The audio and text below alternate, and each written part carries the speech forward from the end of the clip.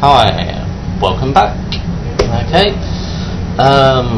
had a couple of queries about am I going to be doing any circuit building and telling you a little bit about more practical electronics rather than kit. And yes, I will do. But before we get down to making any circuits, what I suggest is that you get yourself some tools, okay? Because you can't make any circuits without any tools. Alright then, so the basic kit what you need we'll run through now. First up, you need pliers, okay? Now you've got two different pliers, okay? Bent nose and straight needle nose ones, okay? Don't have to be the expensive ones off the shelf, okay? Cheap and cheerful, perfectly fine. Pliers are pliers, as long as they got the springs on them so they open up automatically, okay? They've got a nice feel, you're not going to hurt your hands using them. Fine, okay? Very useful things. You can use them to bend component legs into shape, for plugging them into your board. You can use them for pulling out components from your circuit, things like that.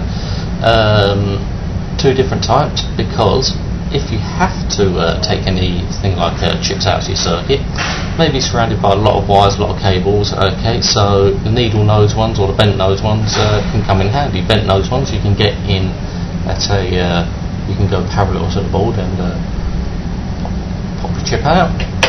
Needle nose ones you have to come in from the top, so your hand might actually get in the way of what you're working on. So two different ones. And also if you've got any small little mounting nuts or anything like that you have to do up, then you can use your pliers to grab hold of the nut where you're screwing the screw in. Okay, so it's the basic. Two sets of pliers, okay, £1 each, £1.50 each, you know, they're not expensive. Next up, the screwdrivers. You need your screwdrivers, two types, okay, got a crosshead and a flathead one, okay. Don't go for the smallest, don't go for the largest, go for something medium range, okay, and make sure that we've got a nice sharp point to the end so you can get into the head of the smaller components. And yeah, just the basic ones, 50p each, that's what you need, okay. Something that you can use to open up a plug socket, mains plug, something like that, or something that you can turn a pot on the board, or that kind of thing. Next up, wire cutters. Again, two types, okay. Really you can get away with these ones here, okay. Wire cutters, side cutters, okay. When you get these, pay particular attention to the bottom, okay, on here. This should be a flat side, so you can get down into your components, and when you cut the component leg flat, okay. So any force when you cut the component leg isn't going to put any pressure on or any stress on your joints. So for example, if you're doing a solder joint, you want to trim your legs off, you know, this isn't going to put any pressure, any stress on your joint.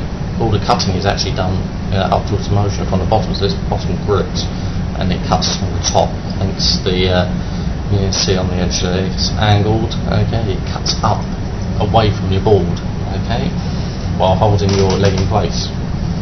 The other ones, these are the more heavy duty style if you're going to be working on any larger cabling. When you're starting off, you're building circuits, okay, I wouldn't suggest that you go out and get these sort of things, but it is useful to have, okay, if you have to do any wiring or anything like that, you're using larger gauges of wire. Okay, if you're doing external to any circuitry work, then comes in handy. The other thing, basic thing you need, most important ones, wire strippers. Okay, you can get tons of different varieties of these. You can get these automatic wire strippers, okay, you can adjust for the insulation thickness, and as you press down it grips and tugs off the insulation at the end of the wire, okay. If you're first time up, I wouldn't bother with these, okay, because they can be a bit of a pain in the ass to set up, especially if you get the cheap ones, okay. I've seen a hell of a lot of people buying these and they're forever click the wire, oh no, it's gone through the conductor, it's chopped my wire in half, reset, try again, reset, oh no, I've gone too far, it's not stripping the insulation off now. Okay, reset again. You spend more time trying to set one of these up than you would do using one of these. This is your most basic one, wire stripper that you can get. Okay, spring loaded again, all your tools. Okay, pliers, cutters, strippers. Try and get them spring loaded. Okay, it makes them a hell of a lot easier to use. And to set the different cable types, you've got just a screw. Okay. Depending on how far the screw up is, okay, your diameter of wire will fit in. You can easily clip, strip, okay. And as you get used to using these, you don't actually need to adjust this at all. You can take it out if you want, and you can just feel for the cable. All that you need to do is put on a slight bit of pressure, okay, and you can strip. And you can strip more or less any size of cable. And if the cable is quite large, you can actually hold it. You can twist it around the cable and then strip again. Very simple things to use, very cheap, very simple, does the job. Okay. Does the job, very good if you're stripping larger as cable. Okay, you've got, I don't know, 20, 30 cables that you want to strip off. Okay, they're all small, you know, you can set one of these up and you go pop, pop, pop, pop, pop, pop, pop, all done. Very good for large bulk stripping. If it's just a one-off, you know, cheap and cheerful's fine. Done. Okay, but don't buy absolutely cheap.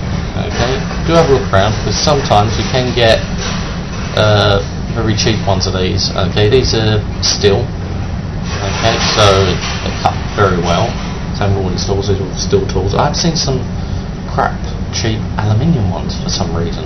Okay, apparently, you know, they're more or less the same price, and what's the point? It's aluminium. You're cutting copper, you're cutting metal, they're not going to last you 2 seconds. So get some decent tools. Okay, these ones are cheaper Draper ones. Okay, and you can actually buy these in packs. That's if you want to buy your tools separately, and I do suggest that you buy them separately, because if you buy a pack of tools, half of them you'll never actually use. Okay, I can guarantee that. Or when you do get around to using them, you use them maybe once, twice, and then they'll sit in the pack. You never touch them again. Okay, and just to show you that, you get packs like this. Okay, okay, this is one that I've got. Okay, so you've got different selection of screwdrivers. You've got smaller cutters and strippers, etc. And you've got these pliers up here, but you've got no needle nose pliers, so you have to go out and buy them anyway. So you spend 30 quid on the toolkit, nice wallet, and you still haven't got all the tools that you want. So buy them separately and then get yourself a toolkit.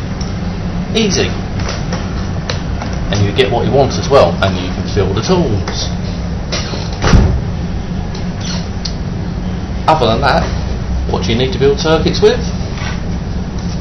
Get yourself one of these, a breadboard. Okay,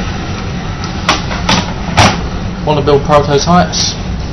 A lot of people say, oh, just build a PCB, build it on variable, things like that. Well, you can't reuse the components. You solder them up, you know, you chop their legs off. You made the screw up on your circuit. What do? You can't pull the component out that easy. You have to spend time desoldering it, put a new component in, chop it off. You know, it takes time. Get yourself a breadboard. Quick, simple, easy. Plug in your component, off you go, done.